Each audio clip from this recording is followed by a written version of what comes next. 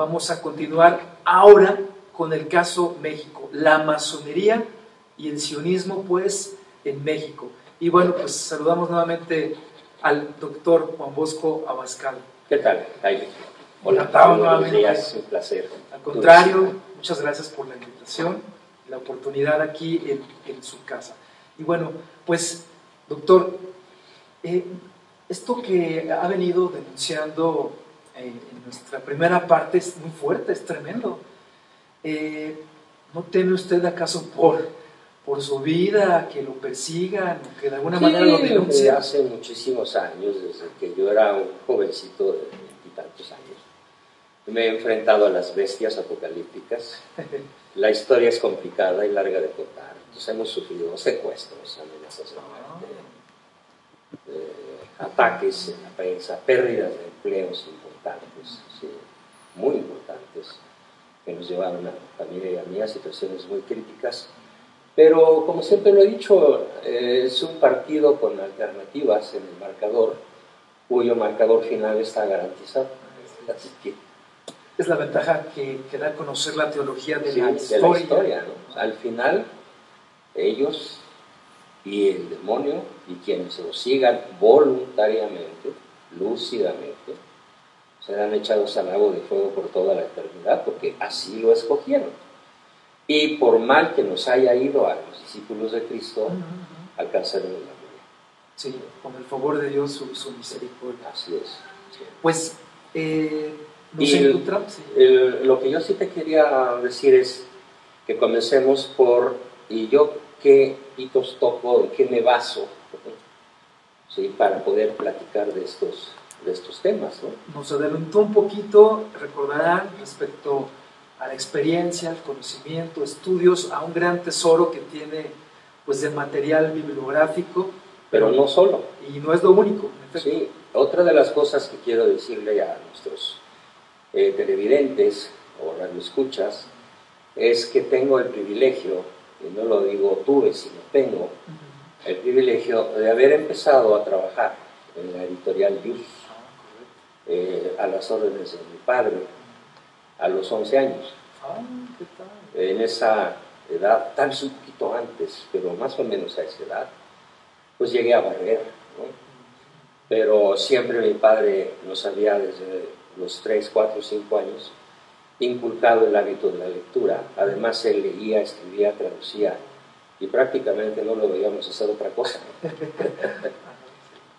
Lo mismo mi madre, siempre con su enorme olla de frijoles para los 12 que llegamos a hacer, y con la otra un libro de Shakespeare, y contándonos por qué el rey Ricardo III gritaba "mi reino por un caballo", ¿no? ¡Qué maravilla! Y después nos íbamos al piano, ella interpretaba piezas maravillosas, nos cantaba, entonces nos formaron intelectual y estéticamente en un nivel imposible de alcanzar en cualquier universidad. Ya veo. Y en ese lapso que comienza cuando yo cumplo 11 años, dura 11 años, hasta los 22, aunque ya en los últimos años un poquito menos, trabajaba de lunes a sábado.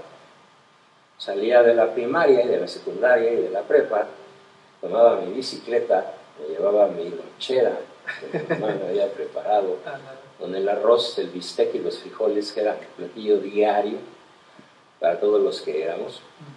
Y llegaba yo a la editorial Yus, ya sea desde Polanco o desde la Colonia del Valle o desde la Escandón, un promedio de 10 a 15 kilómetros de distancia en mi bicicleta. ¿Qué tal? Y después en mi moto, a leer. Mi trabajo era leer, ¿sí? Corregir las galeras, las planas, ¿sí? El tírese de prensa cuando ya estaba lista la edición. Y pues sin exagerar, en esos 11 años, calcúlate que me tocó corregir un promedio de libro y medio por semana. Y de autores de una categoría insuperable. Don Alfonso Trueba, don Alfonso Junco y nada menos que don José Vasconcelos.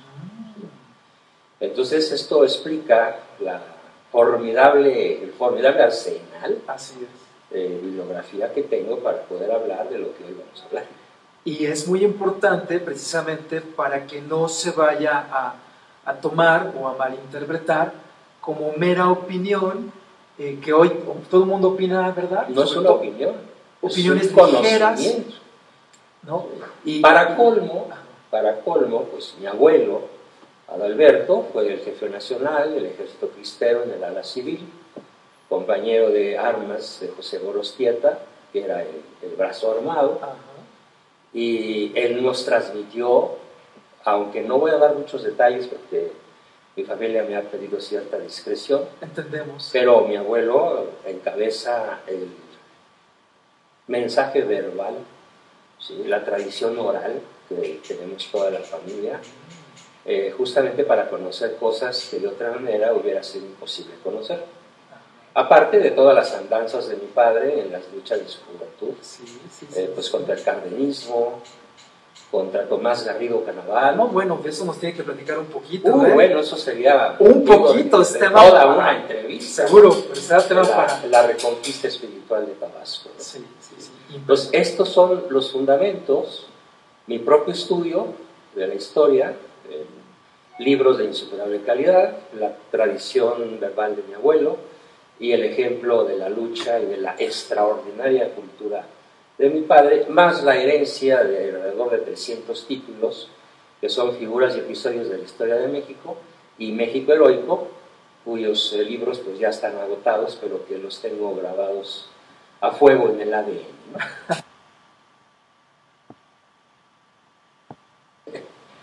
Bien, pues todo este cúmulo informativo pues de experiencia, la bibliografía, en fin, tantas anécdotas transmitidas así de generación en generación, pues nos permiten el poder compartir, sobre todo el doctor, pues una enseñanza muy rica respecto a la realidad y al acontecer nacional, la historia de México.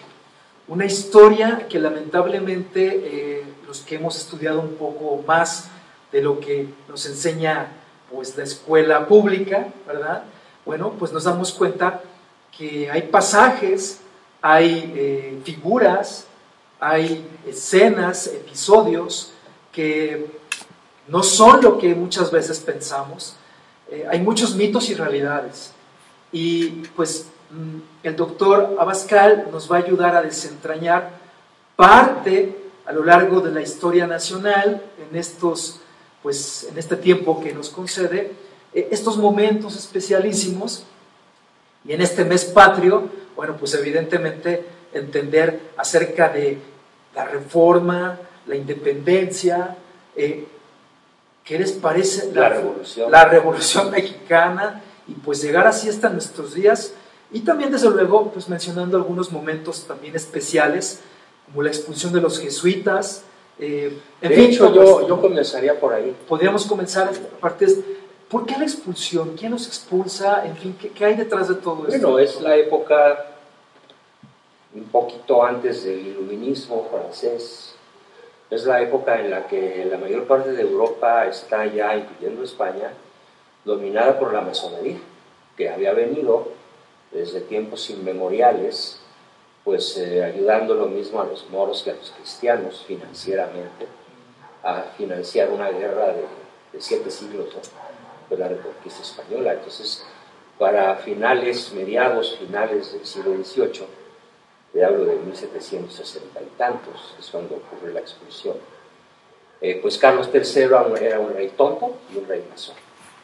Entonces estaba perfectamente manipulado por las logias, y las logias le ordenan su proyecto geopolítico de dominación, que ya quedamos que es un proyecto milenario, que arranca desde Lucifer y su caída, y Adán y Eva y su caída, y el pecado original, y la postura por un lado cristocéntrica y por la otra antropocéntrica. Yo no quiero de ninguna manera llamarle conspiración. Las conspiraciones existen, y las más exitosas no se conocen. Así de simple. Y las conspiraciones que fracasan, pues se conocen. Entonces, ¿cuáles son las conspiraciones a las que deberíamos temer? pues las que no se conocen y que están en marcha. Pero más que conspiraciones, que no debería preocuparnos tanto, lo que sí nos debe ocupar es entender la visión doble sobre la cual se ha desarrollado la historia de la humanidad y particularmente la de México. Por un lado, las fuerzas del maligno, con su visión que Freud la enunció mejor que nadie: nadie antes del hombre, nadie por encima del hombre, nada y nadie después del hombre. Después quitó la palabra hombre y puso la palabra yo. Nadie antes que yo, nadie por encima de mí y nadie después de mí. Era su aspiración de luciferina máxima. Entonces, bajo este tenor de cosas, de la dominación masónica en España logra que para dominar América, dominar todos los dominios del Imperio Español, ¿qué se tenía que hacer? Una invasión costosa y de triunfo dudoso. ¿Sí? Asesinatos, pues a cuantos. Robos, pues era insaqueable prácticamente la riqueza de la Nueva España. Entonces encontraron la trinchera sobre la cual tenían que dirigir sus cañones, sus misiles, pues la niñez, la juventud. Y para eso la intención fue dejar a los dominios de España y a todo el mundo católico sin la orden jesuita, que en aquella época, muy distintos a los jesuitas de hoy, sí, claro, radicalmente diferentes, opuestos, diría yo, se dedicaban a enseñar a la niñez, a la juventud, a los adolescentes, a la edad madura, oficios y artes, lenguas extranjeras y nacionales, y una infinidad de conocimientos que los jesuitas tenían atesorando desde su fundación en el siglo XVI por San Ignacio de Loyola, el gran contrarreformador. Digamos que él, Santa Teresa de Ávila, San Juan de la Cruz, San Francisco de Borja, etcétera, son los contrarreformistas que se oponen radicalmente, con gran éxito en España sobre todo y en América Latina, a la absurda y demoníaca reforma de Lutero. Entonces, se logra el objetivo de echar a los jesuitas al mar. Hay que decirlo. Son la masonería. No por ser extranjeros, por ser misioneros católicos. Operado por la masonería. Operado por la masonería. ¿Sí? José Gálvez es el visitador que llega a la Nueva España, suficientemente armado para recorrer todas las ciudades donde había jesuitas, y a pesar de la tremenda oposición del pueblo llano, los jesuitas fueron encarcelados, sujetos a pan y agua, metidos en barcos en aquella época. Muchísimos murieron en las trayectorias de la deportación, y algunos fueron a dar, ¿a dónde crees? A Rusia. Y el zar ruso los acogió. ¿Sí? Fue la única nación de aquella época no dominada por la masonería. Los zares no la habían dejado penetrar. La masonería penetra a Rusia hasta la caída del último zar, con el comunismo. Entonces, fue un desastre apocalíptico que mereciera toda una entrevista. Cómo sucedió, por qué sucedió, cuáles fueron los efectos. Pero lo único que te puedo decir, dicho por académicos norteamericanos, a quienes he escuchado conferencias en Austin, Texas, decir: el atraso de México en el terreno educativo es de aproximadamente 200 años. Y la razón primordial del atraso educativo en México, aparte de otras causas de mucha importancia también, es la expulsión de los jesuitas. México se quedó sin educación de ningún tipo, no se ha recuperado.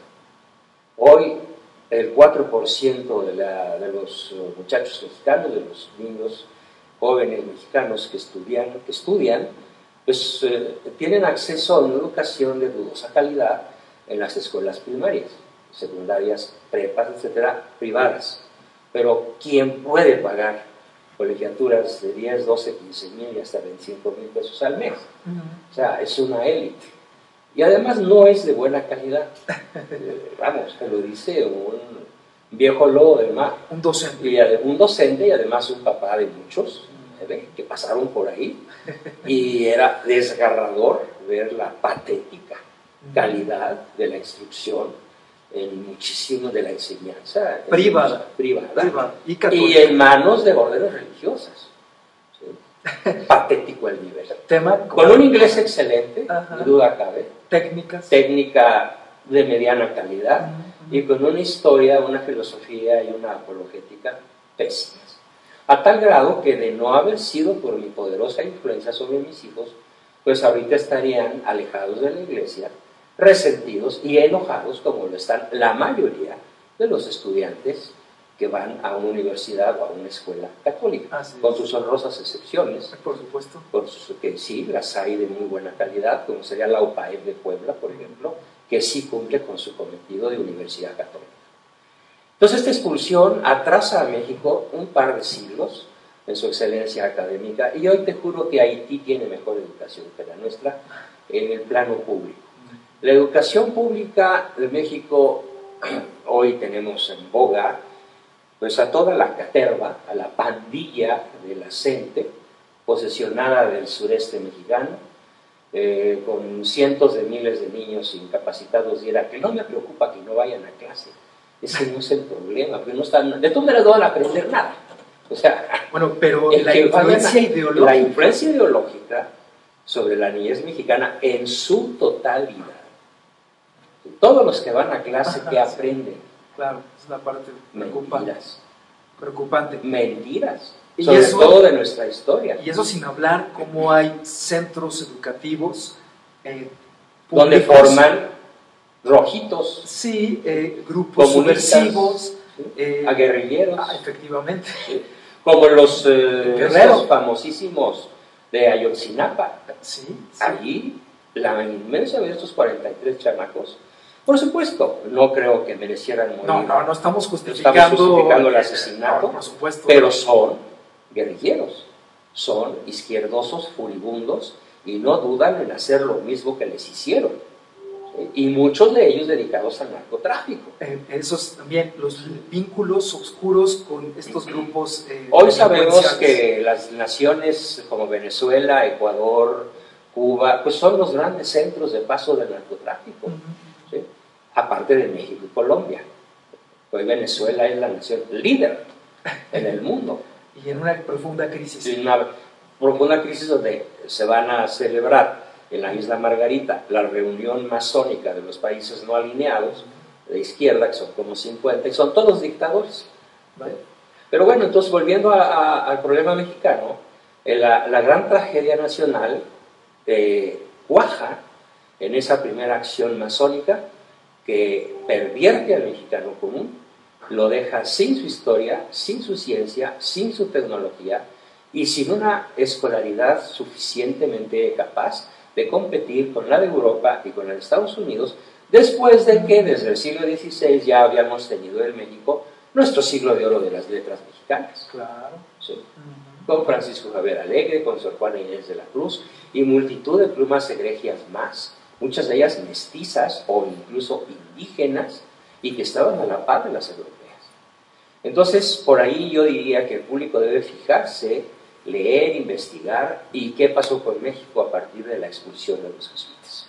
Capítulo que hoy vemos es borrado de la propia historia nacional oficial, negando este valor cultural, raíces muy importantes, intelectuales, pues en México. ¿Qué otro momento podríamos señalar en este caminar? Bueno, podríamos señalar la revolución asesina, la revolución absurda que encabeza Miguel Hidalgo, ¿sí? La independencia de México. Entre comillas. ¿Sabes que Hidalgo nunca quiso la independencia? A ver, imagínate al presidente de la República, o mejor, como yo le digo, al virrey de la Nueva Aztlán, mejor conocida como República Mexicana, cuyo centro de mando no está en Los Pinos, ni en Palacio Nacional, sino en Washington, D.C., porque desde allá recibe órdenes. Imagínate saliendo al balcón a repetir los gritos de Hidalgo. ¡Viva la Virgen de Guadalupe! ¡Viva el rey de España, Fernando VII! ¿Qué tal? Y vamos a matarlo a chupines. Ese fue el grito de Hidalgo. En honor a la historia, si el presidente, mejor dicho, el rey de México, quiere emular el grito de Hidalgo, pues que salga a balcón repitiendo la historia. Viva la Virgen de Guadalupe. Y entonces van a decir, uy, violas el Estado laico. Viva el rey de España, eres un traidor a la patria. Y vamos a matar gachupines, órale. Muchos de la chusma que van a celebrar el grito estarán encantados de poder saquear a los gachupines, que mientras que nosotros hacemos chistes de ellos, ellos hacen dinero. Entonces, ¿qué podríamos decirle a el grito de Hidalgo es falso. Es un momento trágico en la historia nacional, porque al día siguiente empieza a abrir las cárceles de Guanajuato y de todos los lugares por donde pasó, ¿sí? Matando inocentes, niños, hombres, mujeres y ancianos. ¿Sí? Por ejemplo, Hidalgo se hace famoso por la carnicería de la alhóndiga de Granaditas. El público ignorante que me está escuchando, ignorante, lo repito, pero no un ignorante culpable, sino un ignorante inducido. Por supuesto.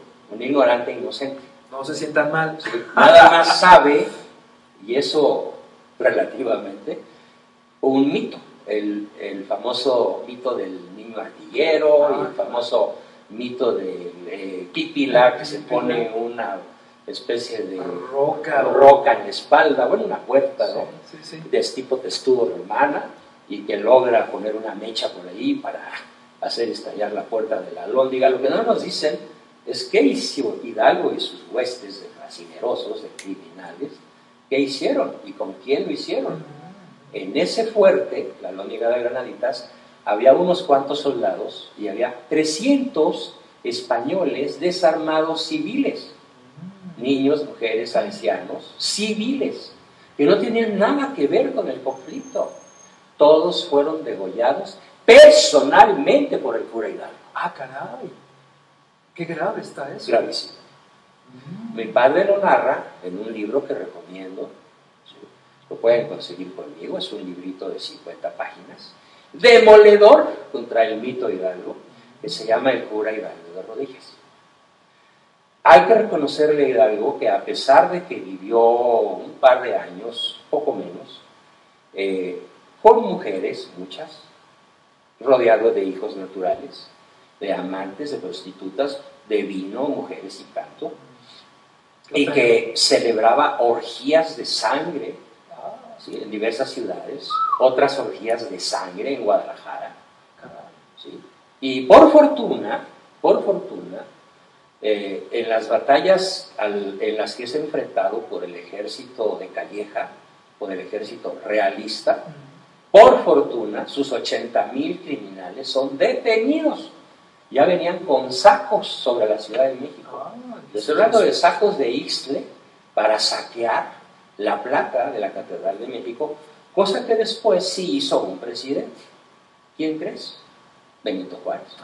Benito Juárez se robó docenas de toneladas de plata de la catedral, de los siglos de acumulación de plata que había dado el pueblo. ¿Sí? El pueblo mexicano había llenado la catedral de ofrendas en plata. Masón, príncipe, no solo masón, príncipe de los masones universales, al grado de Santón Supremo. ¿Sí? Regresando con Hidalgo, entonces él venía sobre la Ciudad de México y es por fortuna derrotado en varias batallas, sobre todo una por aquí muy cerquita, si mal no recuerdo, en Puente de Calderón, por un ejército realista muy pequeño, de no más de 3,000 hombres, ponen en fuga 80,000, pero estos no venían a hacer la independencia, venían a robar a los habitantes de la Ciudad de México. ¿Cuál guerra de independencia? Los malos maestros, ¿sí? Que qué bueno que no den clase, ¿sí? Aunque qué mal que se dediquen a entorpecer la vida económica de las ciudades principales de México del sureste. Por supuesto. Enseñan malamente que el 16 de septiembre inicia la independencia. Voy a sostener una tesis muy atrevida. No inicia. La retrasan 11 años. Vale. ¿Por qué? Los verdaderos historiadores como Vasconcelos, Trueba, Junco, mi padre, mi abuelo decían, a ver, Llega el mosquito, Hidalgo, y le pica en el cuello a la corona española.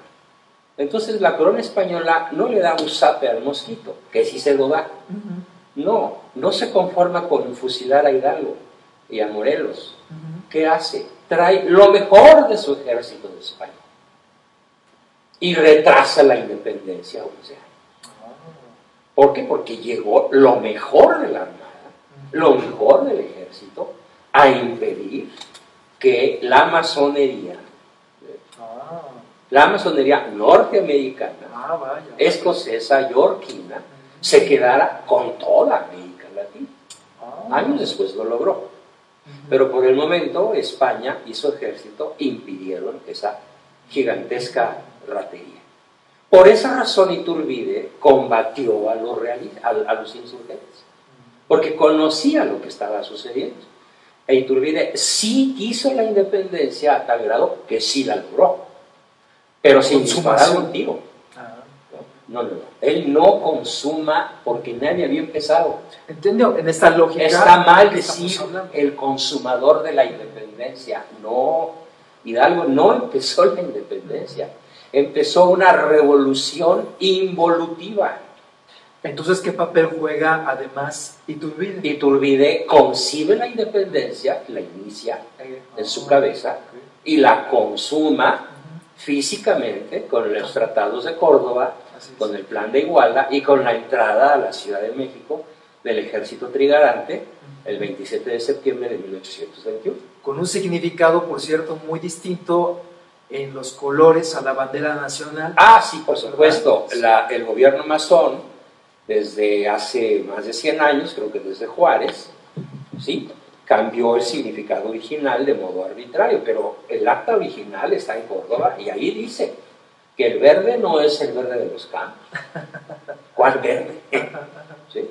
Que el blanco no es la nieve de los volcanes, que ya se ve una vez al año, por ahí de enero, de vez en cuando. Y la sangre roja, el rojo, la sangre de nuestros mártires, pues ¿cuál es?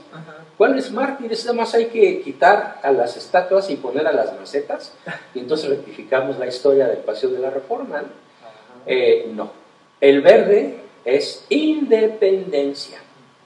Y al sostener la independencia, las logias gringas aliadas, las obediencias europeas y norteamericanas aliadas, se proponen la caída de Iturbide, para lo cual compran a un mercenario de alto nivel, que después será 11 veces presidente, Antonio López de Santana, el gran traidor de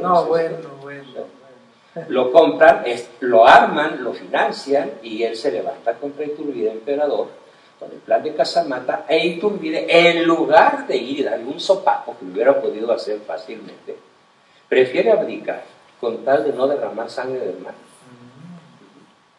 Y se va a Europa después de la abdicación. Yo no hubiera abdicado. Yo hubiera aplastado con el poder del ejército y la fuerza legítima del Estado una rebelión masónica, y hoy México tendría otra historia. Seguramente. Absolutamente. Habría acabado totalmente. Y hubiera invadido Estados Unidos.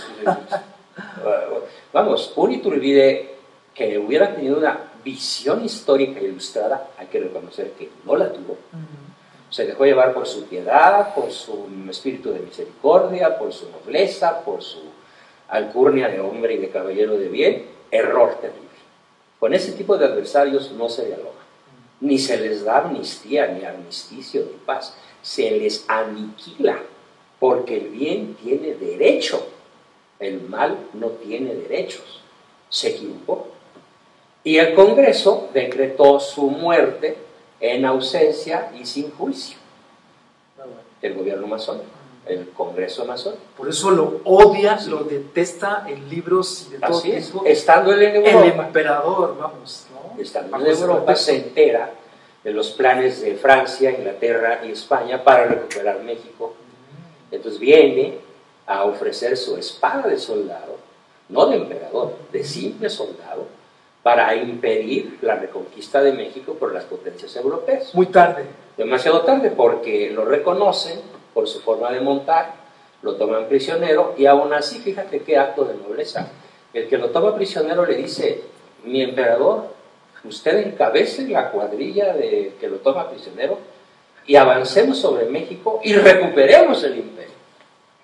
Y él dice, no, yo espero ser juzgado conforme a derecho y que se vea que soy un patriota que viene a ofrecer su brazo armado por la patria. Es fusilado sin juicio.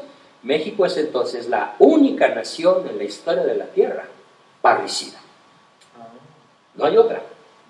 Vamos, ni los chinos, ni los japoneses, ni los árabes se han atrevido a asesinar sin juicio a un héroe nacional, que además nos dio la independencia, nos dio la bandera y nos dio la unidad como nación. Este sueño iturbidista de un proyecto de nación católica, porque el blanco es la religión católica, la religión del amor, y el rojo es la sangre de todos nosotros, es la unidad en la raza y en la sangre de todos los mexicanos, partiendo sobre todo de que en aquella época pues había muchas castas y todas hablaban mal unas de otras y se llevaban mal. Hoy puede decirse que México, salvo excepciones, no es un país racista, como lo es Sudáfrica o como lo es Estados Unidos. Así es. Sí, aquí tú fácilmente ves a una muchacha blanca casada con un morenazo, Sí. y al revés, un hombre blanco casado con una chaparrita morenita cuerpo de uva, que nos encantan, ¿no? El mestizaje se logró. Se logró solo en México, Sí. como en ninguna otra nación. Incluso la Virgen Claro. es mestiza, Sí. cuando todavía no había niñas mestizas de su edad. Sí, para 1531 empezaban a nacer las niñas mestizas, pero ninguna tenía 15 años, Claro. o 20, que es la edad de la Virgen. Doctor, entonces podríamos decir que este Ese es episodio otro momento trágico de fue desastre nacional. decisivo, porque entonces eso sí fue una conspiración Sí, contra México, sí, claro. urdida desde lo Hidalgo más- conspiró, ¿sí? Y los masones conspiraron Así contra México, Así es. no solo contra Iturbide, contra México. Y ahí el gran jefe de la conspiración se llamó Joel R. Ponce, Ajá. que vino a hablar con Iturbide y a ofrecerle el oro y el moro, La influencia norteamericana. ¿sí? Pero no norteamericana, Ujú. masónica. Sí, bueno, para ser Hay que más entender precisos. que no son los gringos nuestros Ajá. adversarios, son Claro. nuestros primos, bien bobitos, pero son nuestros hermanos. Bueno, es que las guerras, como las revoluciones, se conciben en las mentes, Sí. pero es en grupos pequeños, Donde organizados. se dirigen Exacto. ¿no? desde un escritorio. De manera Ellos tal nunca que- se meten al campo de batalla. Ningún masón ha caído en el campo de batalla. Siempre están tras bambalinas, ¿no? dirigiendo, decidiendo. El ajedrez de la geopolítica global desde la noche de la historia.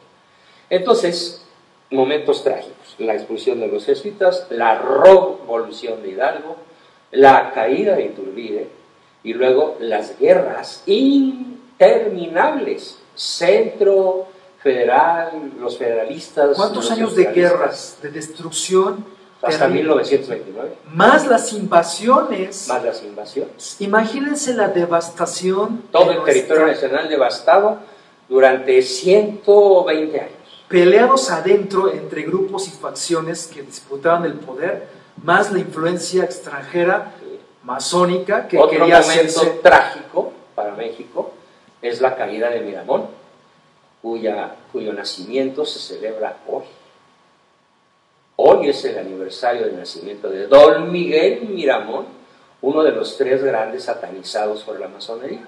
Los otros dos son Iturbide y Porfirio Díaz. Después hablaré de Porfirio.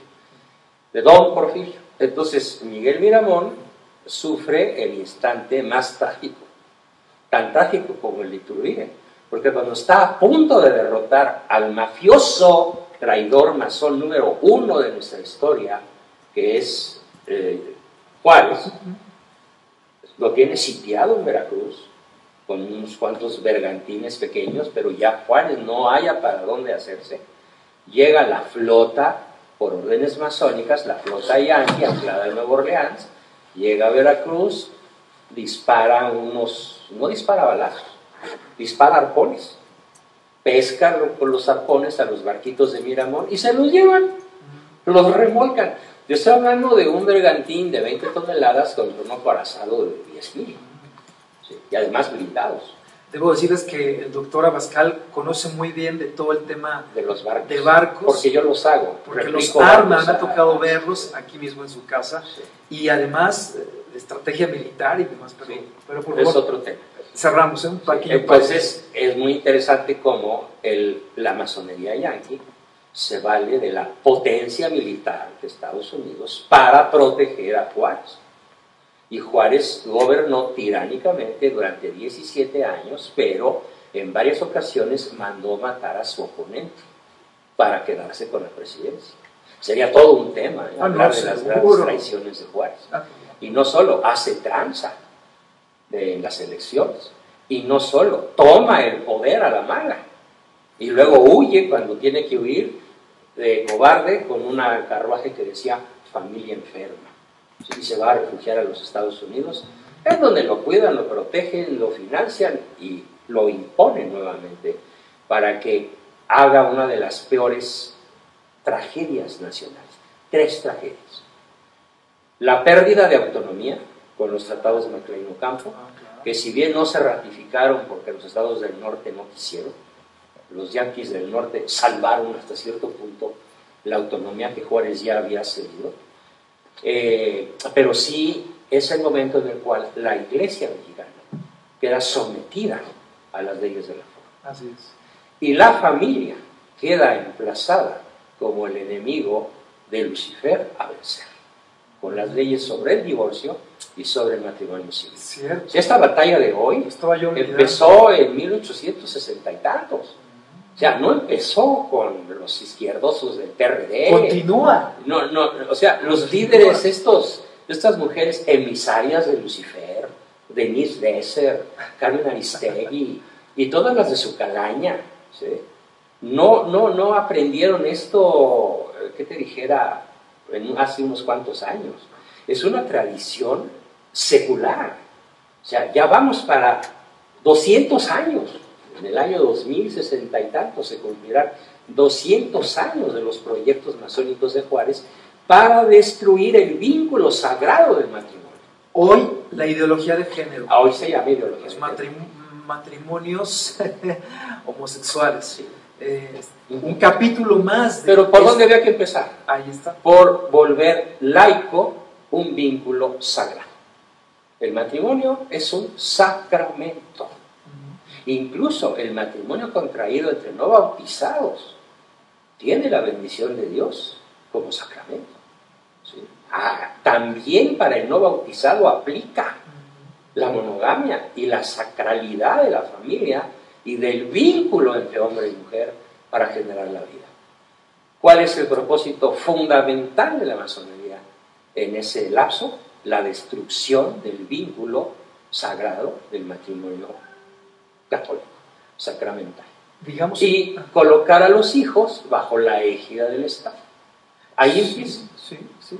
Como el padre, ¿no? El Estado como el padre, y el responsable de la educación. El padrastro, ¿no? Diabólico, el Estado. ¿Sí?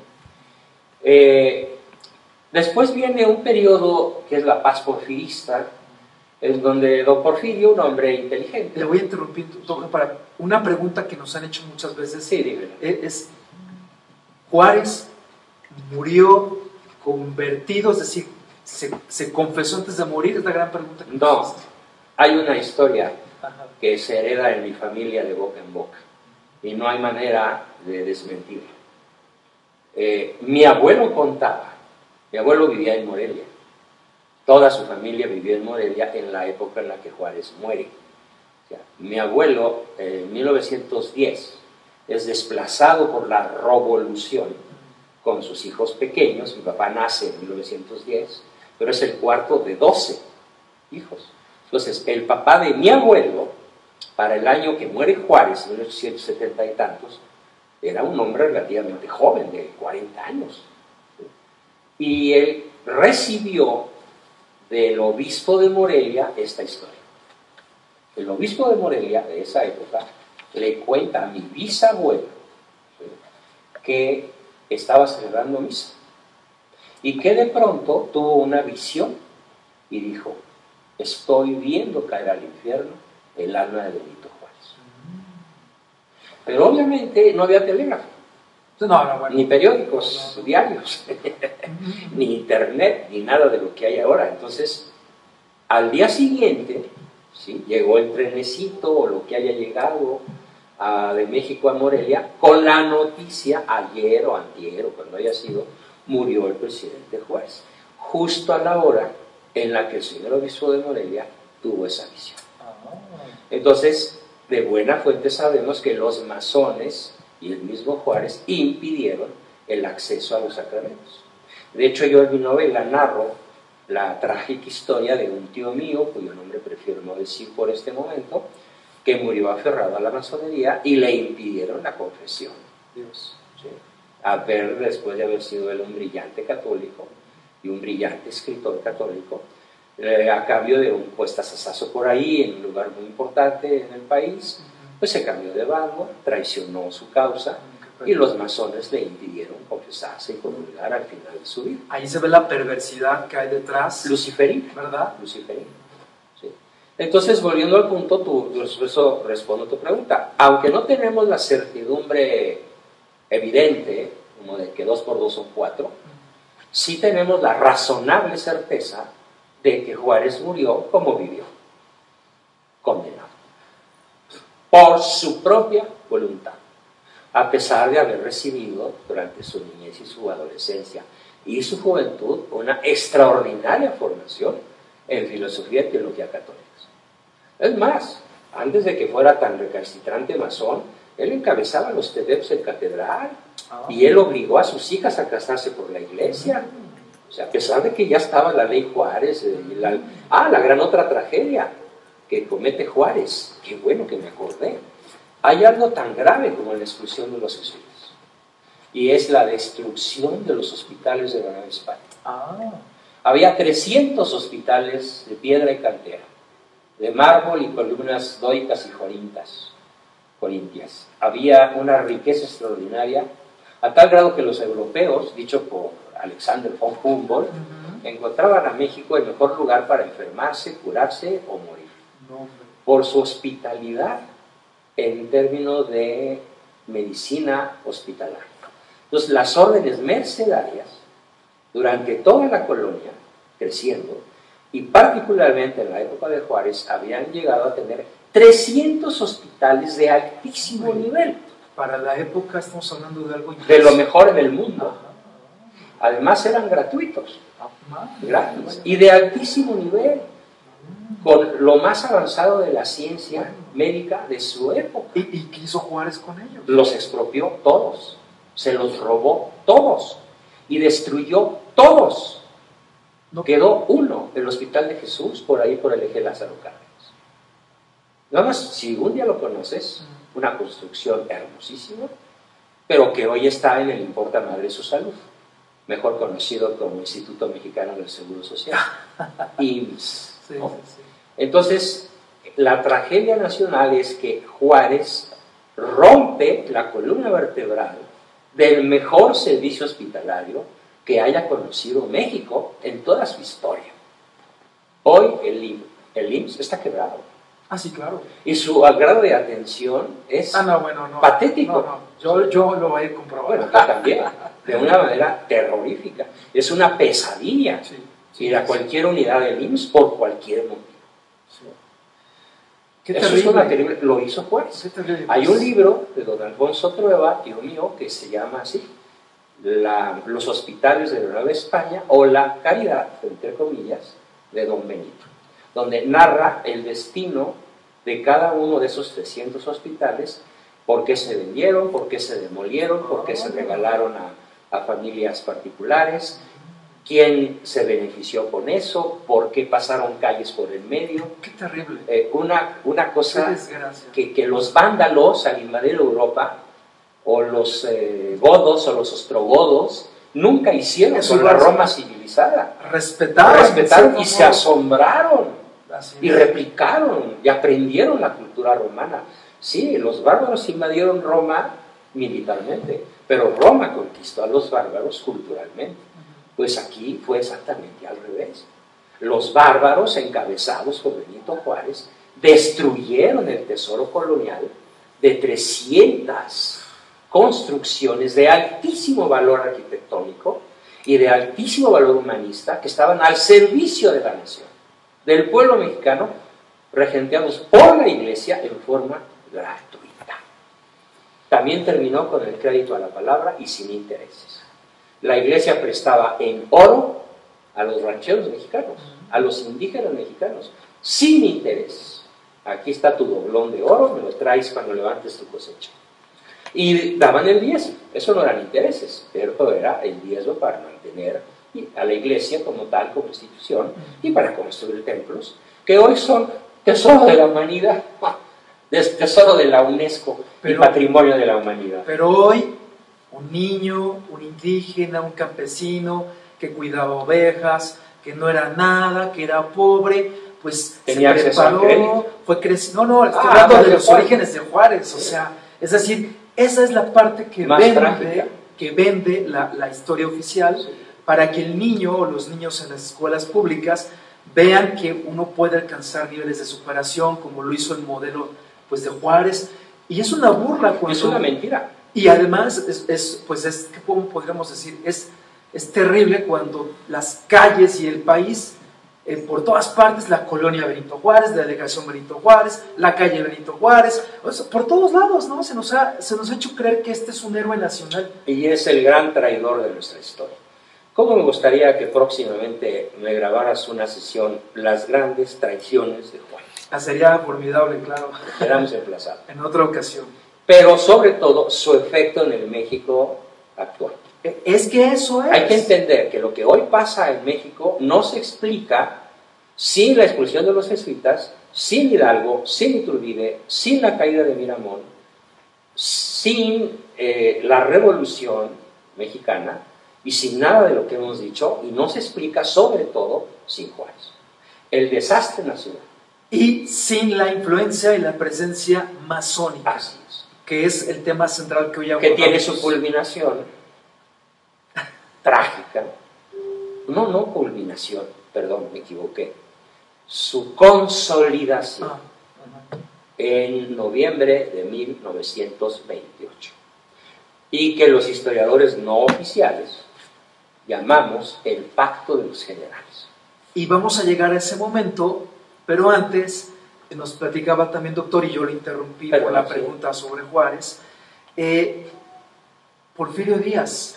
Es decir, termina esta época Porfirio Díaz era masón, y comienza una época de relativa paz. 35, 36 años de Pax Porfiriana, donde acaba con el abigeato, donde ya puedes ir de México a Puebla y pasar por Río Frío sin que te cuelguen y te quiten todo lo que traigas. Porfirio Díaz construyó puertos, aeropuertos, carreteras. El México moderno es porfirista. Las vías férreas. Hay que reconocerlo. Porfirio Díaz, dólar a 50 centavos, hoy a 20 pesos. Hoy a 20 pesos. Así es, hoy. Entonces, Porfirio Díaz, al final de su vida, reniega de la masonería y muere como católico. Vaya. Bajo la influencia de doña Margarita, doña Carmen. Margarita era la de Juárez, sí. Doña Carmen. Sí, muere reconciliado y deportado. ¿Sí? Se va en el Ipiranga a Europa, nunca regresa, y allá tiene una ancianidad lúcida y arrepentida de las fechorías de su juventud y de su madurez, porque ya en los últimos 10 o 15 años de su mandato realmente construyó el México actual. La infraestructura. La infraestructura del México actual tiene la firma de don Porfirio. Ni más ni menos. Eso hay que reconocerse. ¿Sí? Claro. Y eso fue lo que le costó su caída. O sea, al engrandecer México, la masonería internacional decreta su caída. Y la Revolución Mexicana no la hicieron mexicanos. Pero entonces vamos a entender algo, doctor. Sí. Perdón. Usted mencionó que Díaz era masón. Entonces, al final de su vida deja de obedecer a la orden masónica y trabaja por México. Por eso, entonces, si entiendo bien, la masonería, en cierto modo, participa en la revolución mexicana. No, en cierto modo, en forma absoluta. Completa. Ya, no hay paso sin guarache, en el caso de la masonería. Todos los proyectos revolucionarios fueron auspiciados por las logias masónicas. Y todos los revolucionarios que además empezaron a matar entre sí, ¿sí?, con un odio feroz porque querían el poder, fueron financiados por las logias masónicas. Hay que entender que la Revolución Mexicana no es una revolución mexicana, es una revolución como la de Rusia, hecha por los comunistas contra el pueblo ruso. Posteriormente en el 17. ¿Sí? Y en México en 1910 es una revolución masónica hecha contra el pueblo de México. Entonces, eso hay que entenderlo con toda claridad. Qué bueno que lo subraya y lo enfatiza para que no haya duda. Y la Constitución, la Prostitución de 1917, que es la actual que nos rige con todas sus modificaciones, sus parches, es una Constitución hecha por una mayoría de analfabetas. El Congreso Constituyente de Querétaro tenía un 70% de analfabetas. Mi padre escribió un libro que les recomiendo que se llama La Constitución de 1917, destructora de la nación mexicana. Maravilloso libro, donde documentadamente demuestra que en el México del siglo XX y XXI la tragedia nacional del desempleo, del narcotráfico, de la pobreza, de la ignorancia, de la miseria, de la corrupción gubernamental y también nacional, surge con apoyo y crece al amparo de la prostitución mexicana de 1917. Además es muy significativo, digo, ahora regresaremos un poco a hablar de Madero, de estos héroes ingenuo, espiritista y de un nivel intelectual difícilmente normal. Yo iba a comentarles sobre la Constitución, doctor.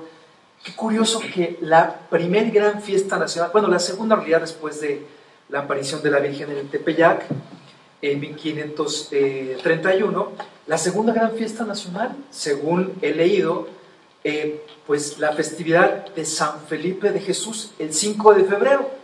Y la masonería escoge la misma fecha para borrar a nuestros santos. Y celebrar la Constitución, la promulgación de la Constitución mexicana. Que es una constitución masónica, anticristiana y que rompe un derecho natural. La Constitución mexicana es intrínsecamente perversa, porque le quita al padre de familia su derecho intrínseco a educar a sus hijos en la religión del padre. De los padres, de la madre.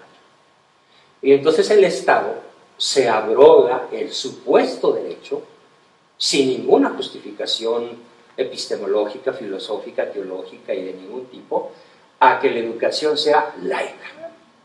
Eso de que es gratuita ya sabemos que es una patraña, porque de gratuita tiene lo que yo de físico nuclear. Yo estudié en escuelas públicas, primaria, secundaria, preparatoria, bueno, toda mi vida. Y me doy cuenta evidentemente que es una farsa. Es una farsa. Todo es una farsa. Nuestros niños no saben multiplicar, restar ni dividir. No saben álgebra, no saben trigonometría. Pero sobre todo, si tú entras a cualquier página de Facebook, dime cuántos de cada 100 saben escribir. No, bueno, cada falta de ortografía, pero bueno. No hay sintaxis, no hay sindéresis, no hay puntuación, no hay ortografía. Bueno. Incluso hay personas que presumen de títulos universitarios. La forma como escriben es una lengua entre... No. ¿Qué te dijera? Cada cuate que se atreve a escribir en Facebook crea su propio dialecto. Sí. Son dialectos locales. ¿Sí? Coloniales, pero no de la colonia, sino del lugar donde viven. De Tepito. De Tepito o de Polanco. Hablan mejor los que usan el ves que los que usan el vites. Observan cómo inevitablemente, digámoslo así, caemos nuevamente en el tema educativo. Es que es central, pero yo quisiera, doctor, si nos permite, regresar un poquito atrás, porque ya hablando de Constitución, pues es hablar de que ya pasó, pues cuántos millones de muertos en México, producto de estas luchas fratricidas entre grupos, entre bandas. Bueno, ahí están los villistas, los carrancistas, los obregonistas, y bueno, todos tenían los suyos. Los delahuertistas, los todosistas, y todos ferozmente enemigos de adversarios entre sí, porque además tienen obediencias masónicas diferentes, que son rivales entre sí, hasta que viene así el gran tema del que hoy nos ocupamos. Y esta parte quiero que la escuchen con calma, despacito, porque a mí en lo personal me arrojó mucha luz. Sabía algunas cosas, pero desde luego ya los detalles No, güey. son interesantes y apasionantes. Entonces, doctor, por favor. Pues mira, en 1928, cuando la guerra cristera está por terminar con la traición de dos obispos mexicanos, que será materia de otra gran filmación que me puedas hacer. La cristiana. ¿Por qué se perdió la guerra cristera? La búsqueda de destruir la fe, ya nos dirá en un momento más, lo diremos de pasadita, pero el doctor, yo quiero dejar que él nos siga ilustrando, pero claro que va a merecer un capítulo aparte. Faltan unos meses para la rendición del ejército cristiano. Una rendición a base de traiciones, de mentiras y manipulaciones, ante el gran jefe máximo de las logias, que era Plutarco Elías Calles, ante el títere llamado Emilio Portesino, que lanza un discurso de cómo la revolución empezó hace 20 siglos y ha sido siempre adversaria de Jesucristo. Sí, es verdad. Y con esas palabras, ¿sí? Consta, Consta históricamente el discurso de Emilio Portesino para declarar la derrota y la sumisión del clero mexicano, que sigue sumiso en gran medida, salvo 8 o 9 obispos que salieron el sábado o el domingo. Fueron alrededor de 20. El día 10, alrededor de 20 obispos, pero ¿cuántos pudieran haber salido? ¿O cuántos debieran haber salido? Es que fue una decisión prudente. Perdón. Ya le preguntaremos a los obispos. No, discúlpame. El juicio de un seglar es que si el pastor no está con su grey, ¿está enfermo o es un cobarde? Bueno. Punto. De acuerdo. Si el pastor no está con su grey, además, ¿qué significa el color púrpura de nuestra grey, de nuestra corte eclesiástica? Que yo sepa, el color de los uniformes, de las sotanas y de los símbolos de los cardenales y de los obispos se traducen así: disposición al martirio. Entonces, si no están dispuestos al martirio, si quieren respetar el Estado laico, que una vez se cambien de religión. El cristiano no puede serlo sin sufrir la persecución del mundo, del demonio y de la carne. Me da mucha risa rabiosa esos que hablan de dialogar con el demonio. A ver, por favor, con el demonio no se dialoga. El jefe de las milicias masónicas es Lucifer, y esto lo dicen los más connotados masones. Así es. O sea, sin pelos en la lengua, y lo reconocen a diestra y siniestra. Ellos no creen en Lucifer, lo reconocen. Una cosa es creer en algo que no ves. Sí, por la fe. ¿Sí? Y otra cosa es saber a quién le rindes obediencia. ¿Sí? Entonces, bajo la égida de Plutarco Elías Calles, se forma el Pacto de los Generales. Él dice... Pacto de los Generales. Es un momento que explica en México que hoy somos desde 1928. Noviembre 28, 29 y 30. Tal vez desde el 27, a una convocatoria valiente, inteligente. Un país devastado, ¿correcto? Sí. Millones de muertos, destrucción total, luchas de bandas en diferentes pueblos que llegaban a saquear, destruir, no había diferencia si era villista, carrancista, era una... La bola. La bola. Un pánico, una revolución. Sí. Mi abuelo narraba una escena en la cual iba él y mi abuelita con sus 12 chamacos, y de pronto venía un tren carrancista de frente y ellos iban en un armón sobre las vías. Entonces mi abuela traía en su bolsita joyas de la familia de siglos de antigüedad, de 200, 300 años antes, coleccionadas por la familia, y empezó a tirar chamacos a cada lado de la vía del tren. Después se tardaron una semana en juntarlos a todos para huir de las fuerzas carrancistas. Pero bueno, entonces Plutarco reúne a la voz del presidente, que él es reconocido como el jefe máximo. ¿Por qué? Porque era un psicópata de alto nivel. ¿Cuáles son las 5 características de personalidad de don Plutarco? Primero, él convierte a su conciencia en un legislador. Tú no puedes ser más mi juez, conciencia mía. Yo hago las leyes. Número uno. Número dos, incapaz de arrepentirse de cualquier maldad que haga. Número tres, mentiroso, encantador y manipulador como pocos. Elocuente. Cuarto, disfruta haciendo mal a sus adversarios. ¿Sí? Y quinto, amistad, es amigo de las fuerzas oscuras de la maldad. Es además espiritista, invoca a los espíritus y gobierna al país igual que lo hubiera hecho Madero si no lo hubieran asesinado a pocos meses de su mandato, bajo las órdenes de los espíritus a los cuales él obedece. Son espíritus malignos que él invoca. Entonces él convoca una gran reunión con el lema de dejémonos de matar, porque si no nos dejamos de matar, ¿qué va a pasar? Los papólatras, o sea, los que le rinden culto al Papa en su idioma, van a regresar y van a tomar el dominio de este país, y eso la sagrada masonería no lo puede permitir. Entonces, las facciones, los jefes de las diversas facciones, fíjate, ahí están en esa reunión pues algunos nombres famosos: Emilio Portes Gil, José Manuel Puig Casaurán, Manuel Pérez Treviño, Manlio Fabio Altamirano, David Orozco, Aaron Sainz, está también Pascual Ortiz Rubio, Lázaro Cárdenas, Álvaro Obregón, Abelardo Rodríguez Luján, que será el primer jefe narco del país. Ya mencionó a los que posteriormente serían presidentes. Así es, ahí de la están, República. ahí están, los presidentes futuros de la República. Ahí, más o menos, unos 200. 1928. Sí, noviembre, fines de noviembre de 1928, en una calle de la colonia, ¿cómo se llama? Es la calle donde está Puebla.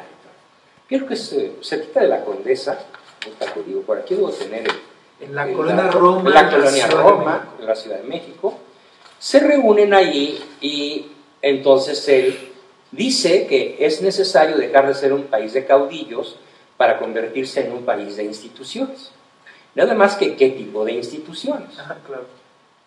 En torno al partido único que hoy se llama PRIANRD. Hay que hablar. ¿Qué significa PRIANRD? Bueno, Partido Revolucionario Institucional de Acción Nacional y Revolución Democrática. Si tú crees que hay tres partidos, no sabes historia. Bueno, yo lo que iba a decir es que es considerado Calles como el abuelito del PRI, o sea, del Partido Nacional Revolucionario, y que después, bueno, pues cambia de siglas más adelante, pero bueno, esto lo sabemos, y esto es innegable. Pero entonces se reúnen a fundar el partido PNR, ¿sí?, que hoy se conoce como Partido Revolucionario Institucional de Acción Nacional y Revolución Democrática, que es un solo bloque. A ver, ¿por qué es un solo bloque? Porque quítate tú para ponerme yo, ahora me toca a mí, ahora hazte para allá, ahora me toca a mí. Obedeciendo la lógica del poder, se reparten el poder. Vale. ¿Cómo se lo repartieron en esa época? Dirán los demócratas, pero no había democracia. Hoy sí hay nunca democracia. la ha habido. Además, déjame decirte una cosa: la peor forma de gobierno es la democracia.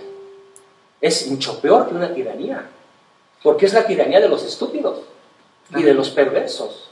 A ver, no es perfecta, evidentemente. No solo, es la forma más imperfecta de gobierno, porque el voto de una multitud de analfabetas vale más que el de los sabios. Sí. A diferencia de Grecia y Roma, donde el voto de los sabios, que además eran virtuosos bajo la influencia de Aristóteles, sí, qué bueno que el hombre sabio gobierne, pero para ser un buen gobernante no basta que sea sabio, tiene que ser un hombre bueno. Yo con esto lo que quiero propiciar también es la respuesta del doctor ante la consideración de que, lo va a decir él mejor que yo evidentemente, que la democracia es un fruto o es un resultado también de una forma de gobierno concebido por la masonería. Así es, la democracia de sufragio universal es la obra maestra de la masonería en casi todo el planeta. Así es. Entonces, pero eso es otro capítulo muy complejo. Otra historia. Voy a leer la explicación que da Plutarco. Ah, por favor, vale la pena. Miren, esto que van a escuchar no lo van a oír en ninguna parte. Discurso de Plutarco. Atención. Es una breve párrafo. Sí, un breve párrafo. Pero valiosísimo. Pero es el más importante de todos. La gloriosa masonería ha intervenido directamente en las etapas claves de la formación de esta nación. Independencia, reforma, revolución y la actual guerra cristera que hemos ganado.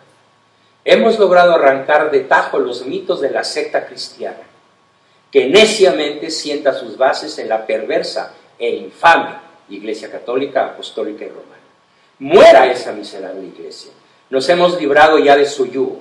Bajo nuestra dirección, influencia e inspiración, nos manifestamos como en ninguna otra nación. Tendremos el mayor progreso moral, intelectual y material de esta sociedad con un fin eterno que le plazca a nuestro Señor, el supremo arquitecto del universo, Lucifer. Hoy, amados hermanos, tenemos la oportunidad de triunfar para siempre si nos unimos en torno a una fuerza política que nos aglutine a todos, para que finalmente Él pueda reinar. No Cristo, Satanás. Doctor, así empieza la fundación del PNR. Esto es muy fuerte. Seguramente muchos se estarán preguntando de dónde se toma esta cita, esta declaración. De un espía. Ya diré su nombre y daré detalles. Hoy mis hermanos, mis primos, mi descendencia me pide discreción al respecto. Y vamos a respetarlo. Y vamos a respetar la petición de mi familia. Pero un testigo presencial, imposible de que haya mentido, narra esto, lo copia, lo transcribe y es parte de mi herencia cultural. Muy valiosa. Valiosísima. Pero además atestigua los pactos. A ver, pactos, hubo más pactos. No, es que ese es el inicio del discurso para que vaya. los pactos. De acuerdo, okay. De la repartición ya del poder. Exactamente. Allí mismo dice, hay que reconocer que si nada puede hacerse contra los Estados Unidos, nada puede hacerse sin ellos. Y le dan un lugar de honor al embajador Dwight Morrow en la temida masónica donde se funda el PNR. Ya, la masonería preside la fundación de la democracia mexicana. ¿Cómo ves? Es como si un general gringo presidiera la formación de la escuadra de defensa del imperio japonés. Bueno, eso es traición. Es traición a la patria. Por supuesto. Nada más que para ellos no es traición, porque ellos no tienen patria. Bueno, tampoco fue traición a la patria, y dirán muchos, la visita de Donald Trump, invitado por el presidente de la República, ¿verdad? Que se llevó, como ustedes saben, gran ovación, muchos aplausos, fue felicitado, y luego, pues claro... Aquí está el discurso que repite, que lee por primera vez esa noche Emilio Portes Gil. También muy importante. Vale la pena que escuchen con mucha atención qué dice Emilio Portes Gil en apoyo a Plutarco Elías Calles esa noche. Discurso que pronunciará de cara a la nación en su toma de posesión presidencial unos meses después. Atención. Y está en los periódicos de la época. Dice, venerables hermanos. Es el típico saludo masón. Mientras el clero fue rebelde a las instituciones y leyes del gobierno de la República, estuve en el deber de combatirlo como se hiciese necesario.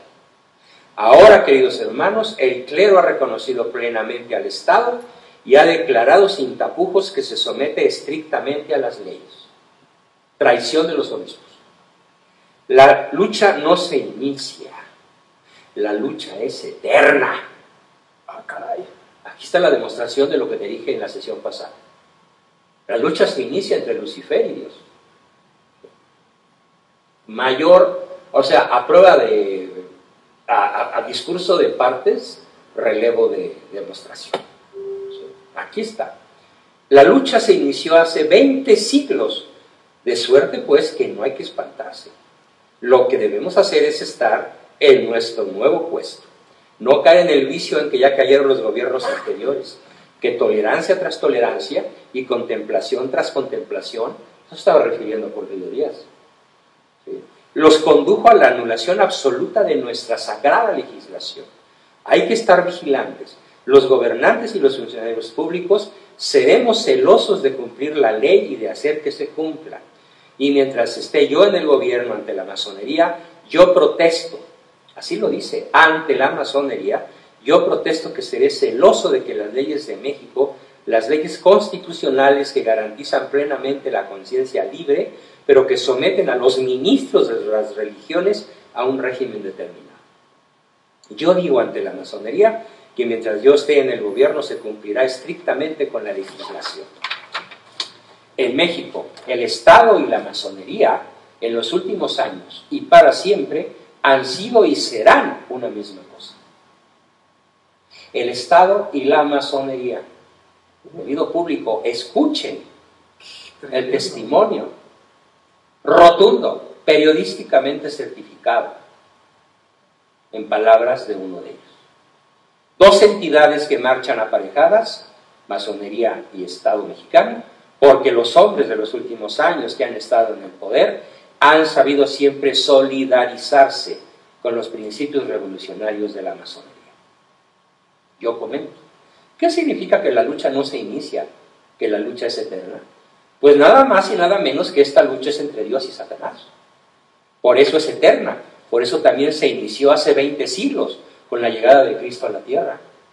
Y lo más importante, en México el Estado y la masonería son la misma cosa. Hoy, en esta fecha, yo creo que este reinado de Lucifer va a durar para siempre hasta que Cristo instale en mi patria mexicana su reino definitivo. Tan, tan. ¿Sí?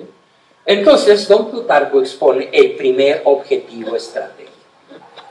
¿Cuál crees que fue? Bueno, el más importante de todos. Bueno, no fue la fundación del PRI, dado que ya estábamos hablando de propiamente su constitución. Objetivos. Objetivos. Objetivos del pacto. Destruir a la iglesia. Primer objetivo. Conquistar el poder. Antes que eso, vamos a repartirnos el territorio. Ah, pues sí. Para la familia Alemán será Veracruz. Para las Cárdenas, todo Michoacán. Para don Gonzalo N. Santos, San Luis Potosí. Y narra en detalle todo lo que supimos, cómo se desenrolló la tenida. ¿Sí? Es largo el primer pacto, todo mundo eufórico, yo quiero esto, yo quiero el otro, yo tengo derecho aquí, mi ejército ya está sentado ahí. Recuerden, reparte el territorio y ese territorio hasta la fecha, Michoacán es de los Cárdenas. ¿Sí? Y si nos vamos recorriendo cada terruño, el grupo Atracomucho, Atlacomulco, ¿verdad? Lo que pasa es que Atracomucho es en español, no, sí, y Atlacomulco es en náhuatl. Se le atoró ahí. Se me atoró. Algo ahí, ¿no? ¿De quién es el Estado de México? Pues el grupo Atracomucho. Salinas de Gortari y toda su camarilla de masones. Todo el siglo pasado. ¿Sí? Y el profesor Juan González. Y parte de este. Y hasta la fecha. ¿Desde cuándo son dueños del territorio nacional? Pues desde esa noche. Y Yucatán, y Chihuahua, y Baja California, mi tierra, y Nayarit, y Veracruz con la familia Alemán, que es la que le abre las puertas al espía nazi la Kruger, para que con 50 toneladas de oro se funde el Triángulo Dorado, donde hoy el cártel de Sinaloa sigue haciendo de las suyas con el Chapo en la cárcel. Que es otra historia terriblemente complicada y profundísima de cómo es el gobierno mexicano el que funda los principales cárteles que hoy surten de droga a los Estados Unidos de Norteamérica. De lo cual platicamos como uno de los frentes de la masonería en la sesión anterior. Entonces, primer pacto, repartámonos el territorio. Cualquier mexicano, incluso de no grandes luces, puede entender y puede darse cuenta de que los territorios nacionales tienen dueño, con nombre y apellido. Y allí el origen. Recuerden, estamos hablando de cómo Calles logra congregar al frente de la masonería, o parte importante, a estos grupos villistas, carrancistas, obregonistas y muchos más, y otros muchísimos, ¿no? Y que hoy hay facciones, pero ya lo vamos a ver en un momento más, hay facciones de estos grupos en sus raíces familiares y políticas que pues gobiernan hoy nuestra nación. Pero el segundo pacto. Segundo pacto. Nuestro segundo gran objetivo estratégico es el de perpetuarnos en el poder. Perpetuarnos en el poder. ¿Sí? Para eso, Plutarco explicó, fíjense muy bien, crear un partido y crear partidos de oposición no es peligroso. No solo no es peligroso, es la forma de garantizar el triunfo de la revolución mundial. El voto universal, donde valen igual el voto de un analfabeta que el voto ilustrado y responsable de un sabio o de un científico, que además sean virtuosos, es nuestra mejor arma para perpetuarnos en el poder. ¿Esto es textual? Textual. El voto universal, el sufragio universal, en donde la mayoría analfabeta pone a un analfabeta en la presidencia de la República porque está muy guapo. Entonces, y que hoy está lanzando algo verdaderamente diabólico. Es perverso. Es perverso y es una locura. Pero que todos los corifeos de la izquierda que antes odiaban a Peña Nieto hoy le besan las patas. Sí, estamos hablando otra vez de la ideología de género o la propuesta de matrimonios igualitarios. Dice don Plutarco, el origen y la existencia de la verdadera opinión pública y los mecanismos para medirla están en las cúpulas del poder global.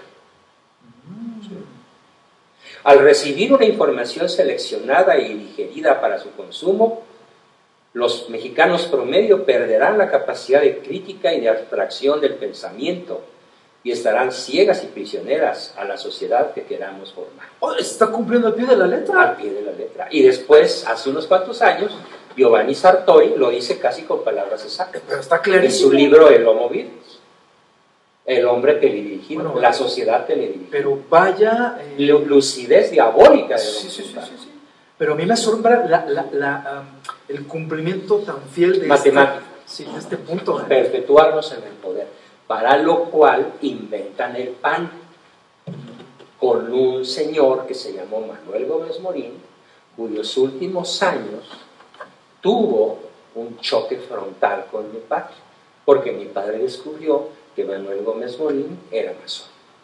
No me digas. Se los digo a todos los panistas que me estén escuchando. El fundador del PAN les hizo el juego a los masones durante toda su vida lúcidamente. Entonces esto de un partido democrático es una farsa y que retoma los principios de la doctrina social cristiana por favor, es solo una manipulación. Es una manipulación, es otro acto psicopático, es el arte del psicópata de mentir y convencer a los ingenuos. Mi padre y yo, soy el mayor, los últimos años de la vida de don Manuel vivimos brutalmente enfrentados, porque Editorial Yus empezó a hacerle propaganda a la izquierda por órdenes de Manuel Gómez Morín, y mi padre, al negarse, lo corrieron, lo indemnizaron después de 25 años de servicios en Yus, no más, 40 y tantos años de servicios en Yus, y ese choque no fue con los del PRD o los del PRI, no. Fue con el fundador del PAN por motivos ideológicos. La cúpula del PAN le servía a la izquierda. Por eso renunció al PAN Luis Calderón Vega, el papá de Felipe Calderón, porque vio la traición de los jerarcas. Entonces... Uy, bueno, es mucha información. Es maquiavélico. Sobre todo para asimilarla y procesarla y aceptarla. Pero, doctor, esta reunión del 28 veo que es muy trascendente porque está sentando las bases del futuro de México. ¿Hay algún otro acuerdo interno en esta tenida? Sí, faltan varios. Todavía hay más. Ahora nos vamos al tercer gran objetivo estratégico. El tercer gran objetivo estratégico será mantener al pueblo en la ignorancia. No, bueno, ya, no diga más. Para lo cual crearemos la nueva Secretaría de Educación Pública. Bueno. sin Vasconcelos. Ah, claro. Claro, porque Vasconcelos nunca se sometió al régimen. Con todo y que su juventud fue bastante tormentosa y bastante alejada de las filas de la iglesia, Vasconcelos, yo lo conocí cuando tenía 13 años. Ah. Y fui su compañero de corrección de pruebas de sus mismos libros. No me diga. Todas las tardes en Yus, antes de que él muriera. Ah, poco. Así sentados juntos. Qué interesante. Fue mi principal maestro de historia, don José Vasconcelos. Wow. ¿Qué tal? Entonces, él decía, en efecto, cuando yo fui el titular de la SEP con Álvaro Obregón, Ajá. ¿sí?, se hizo una colección de libros de a peso de todos los clásicos. O sea, la Ilíada te costaba $1, la Odisea te costaba $1, Virgilio, la Eneida te costaba $1. Lo hizo don José Vasconcelos en la imprenta de la UNAM, cuyo lema no es "por mi raza hablará el espíritu". El lema completo, original es "por mi raza hablará el Espíritu Santo". Así es. ¿Qué tal? ¿Cómo la Y aquí tengo el discurso de Vasconcelos, donde muchos años después, ya en su vejez, explica por qué la masonería le mocha el santo, ¿sí?, lo deja en espíritu, porque ese espíritu es luciferino. Y el Espíritu Santo es claramente la tercera persona de la Santísima Trinidad. Bueno, entonces volviendo, hay que dejar al pueblo la ignorancia. ¿Por qué? Porque es la única forma, dejando al pueblo la ignorancia, de garantizar que el sufragio universal sea a favor de las peores mafias. Es que es perverso. No, pues es genial. Bueno, es genialmente genial. O diabólicamente perverso. Así es. ¿No? Sí. Es un rasgo de Satanás. La Así es, el inteligencia padre de la mentira. no la ha perdido. El padre de la mentira. Qué cosa tan tremenda. Es que son demoledores estos. Demoledores. Yo podría decir que hasta, doctor, perdón, a lo mejor ahora yo voy a ser el radical o el duro, pero pareciera revelado por el demonio mismo, este tipo, o inspiración diabólica, Así es. porque vemos la Bueno, trascendencia. la Biblia narra cómo Judas es inspirado por el demonio. Ah, bueno, claro. Los evangelistas se refieren claramente. Bueno, pues Plutarco Elías Calles invoca a los espíritus. Ah, no, sí lo sabíamos. Yo tengo un libro, de hecho es conocido, se llama El ocultismo en la política mexicana. Ah, no, se llama... No, así se llama. El ocultismo de la política mexicana. Sí, escrito por... Pero es que yo tengo otro que se llama Los brujos del poder. Ah, perdón. Es que es el subtítulo. Los brujos del poder, el ocultismo en la política mexicana. Sí. Y está escrito por un periodista de izquierda, tengo entendido, y tiene tomo 1, tomo 2, y narra, ahora les digamos el nombre del... Con el título lo encuentras en cualquier librería. Sí. Y uno de los más importantes periodistas de la izquierda, y de la revista Proceso. Ahora recordaremos el nombre para que ustedes lo vean. Y ahí, en efecto, con documentos, él sostiene, el autor, cómo es que en efecto Plutarco Elías Calles participaba en eventos y reuniones espiritistas, de modo que esto no es donde se invoca al demonio. No es novela, es cierto, y consta su firma en documentos para que no haya duda de que pues estamos aquí inventando. Bien, cuarto objetivo. Hay que seguir desvinculando, divorciando a la familia católica. Dar paso a formas de convivencia más plurales, amplias, flexibles y que reconozcan el derecho al placer y a la libertad en cualquiera de sus formas. No me digas. Es la semilla de la ideología de género. Y de muchas cosas. Para lo cual debemos facilitar los procesos de divorcio e inducir la idea desde la educación más temprana de que los padres, cuando no se entiendan fácilmente, tienen siempre el derecho a rehacer su vida con otra pareja. Porque no existe tal cosa como el matrimonio para siempre. Ninguna idea tan letal para nuestros proyectos como esa que se fundamenta en el matrimonio indisoluble para toda la vida. Eso haría de cada hogar cristiano un bastión inexpugnable, un enemigo mortal de nuestras ideas libertarias y del progreso ilimitado. Vamos a ahogarlos en la cuna, ya, y después quitémosles a los padres la patria potestad para que los hijos pasen a ser propiedad del Estado y eduquémoslos en las costumbres homosexuales, en todas sus maravillosas variantes, mostrándolas en todo su esplendoroso atractivo gay, alegre, eufórico, sin los límites opresores de la moral cristiana. Otra vez fue textual eso. 1928, noviembre 29. Doctor, esto es importantísimo. Esto es revelador. Parece que escuché el discurso de alguna de estas líderes de opinión de la emisaria, este fin de semana, después de negar lo que fue una demostración de las familias, ¿verdad? Nunca en la historia de México se habían reunido 1.400.000 personas. Y los medios de comunicación ignoran. Negándolo. No, bueno, ¿cómo niegas las evidencias fotográficas? ¿Tú viste la avenida Vallarta en Guadalajara? Bueno, kilómetros. La Diana. Bueno, ¿y 275.000 personas? Estamos hablando de la marcha histórica más grande de la historia de México. De la defensa. Yo creo que a lo mejor, no sé, usted qué ha pensado sobre esto, doctor, por cierto, brevemente, un poquito antes de continuar. Yo no sé ustedes también, amigos, qué opinen, pero a mí me parece que fue una demostración que debe tener muy preocupados en el poder a la élite y la clase política, y no se diga, bueno, estamos hablando del Congreso, el Poder Ejecutivo, en fin, debe tenerlos sumamente preocupados porque nunca antes se había visto. Creo que el último antecedente fue la marcha blanca para protestar por la inseguridad que hubo, esa marcha que hubo, sí, pero después de eso no había habido otra cosa también, y pensamos que iba a ser, o era lo último y lo máximo. Esto es para sacudir verdaderamente las estructuras de poder en México, y por eso, bueno, pues nos sentimos todavía muy contentos, y vamos a ver si esto marca también un parteaguas en la historia nacional, y ya veremos el desenlace, pero tiene que haber una repercusión. Es que esto no es un desenlace, estamos empezando. Bueno, empezamos, vamos, está bien.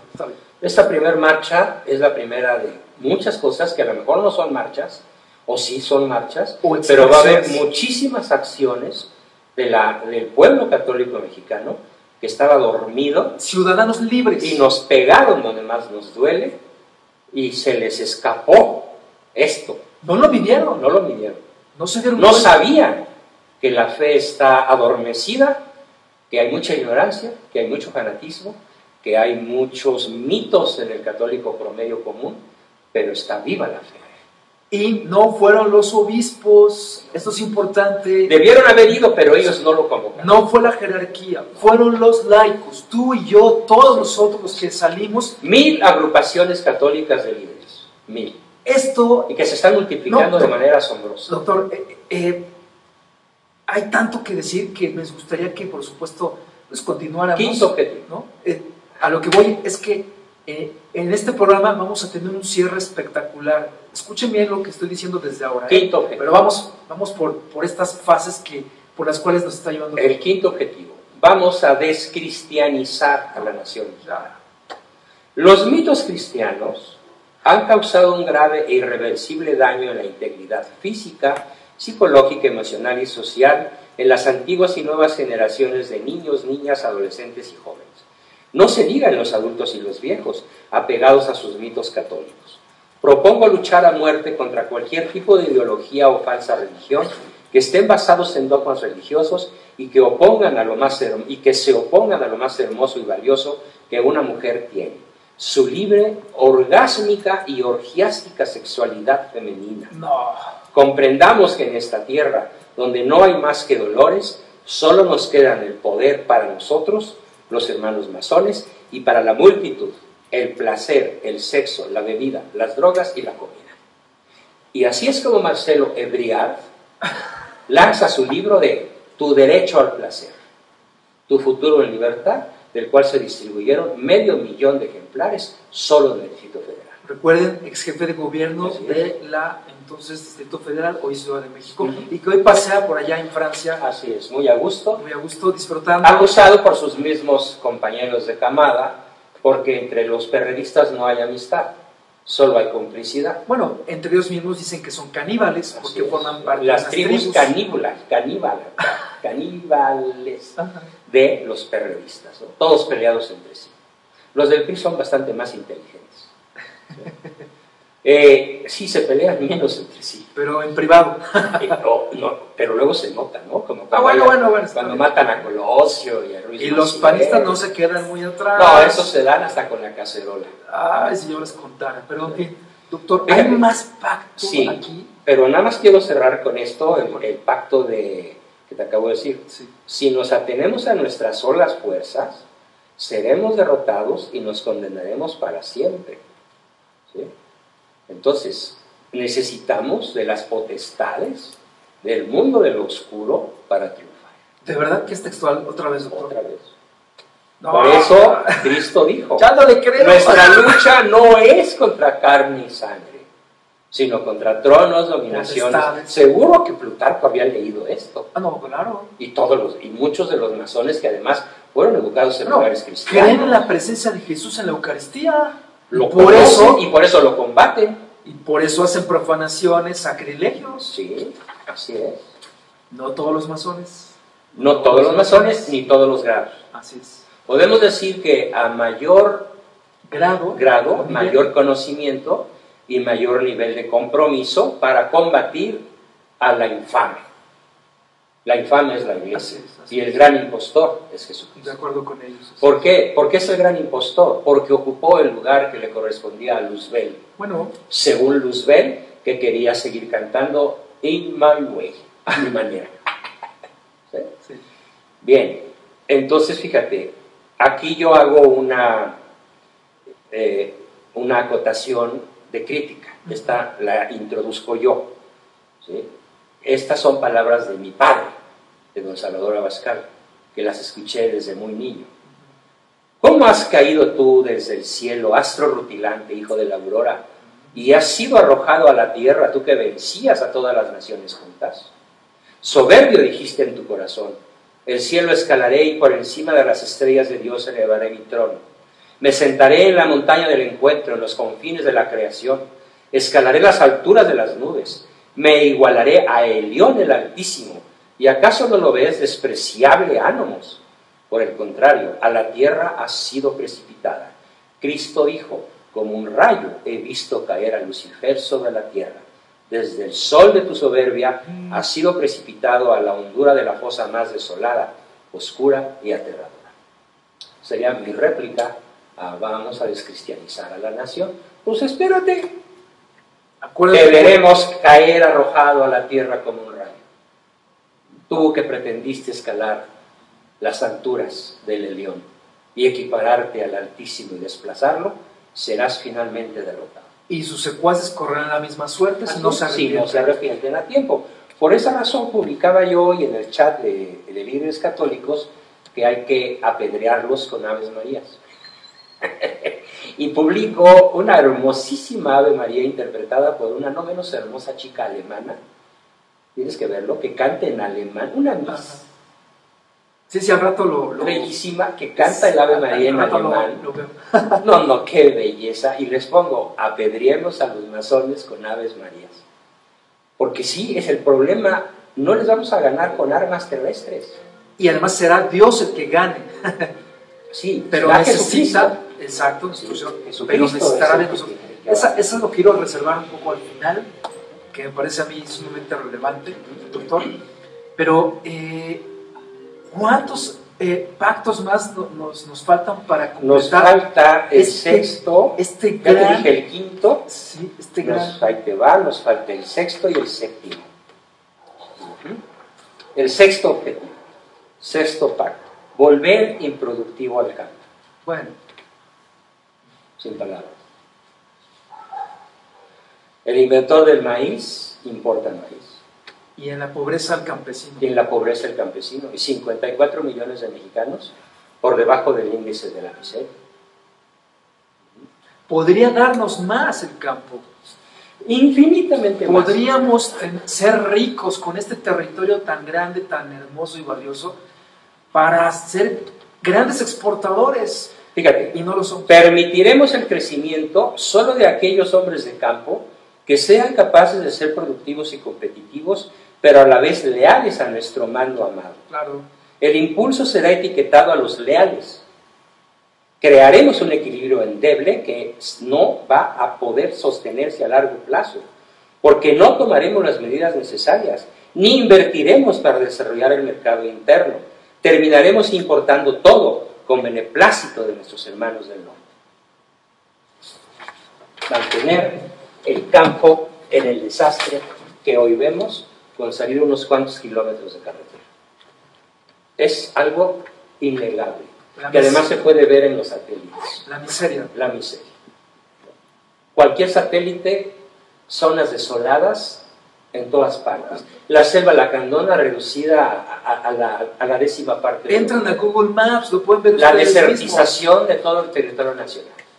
Ah, pero eso sí, en Sonora y Sinaloa, las tierras que Juárez repartió después de quitárselas a los indios yaquis y mayos, que son tierras de los hombres del gabinete de aquella época, ahí es donde está el cártel de Sinaloa y donde sigue vendiendo las cantidades que los gringos necesitan para cubrir su demanda de cocaína.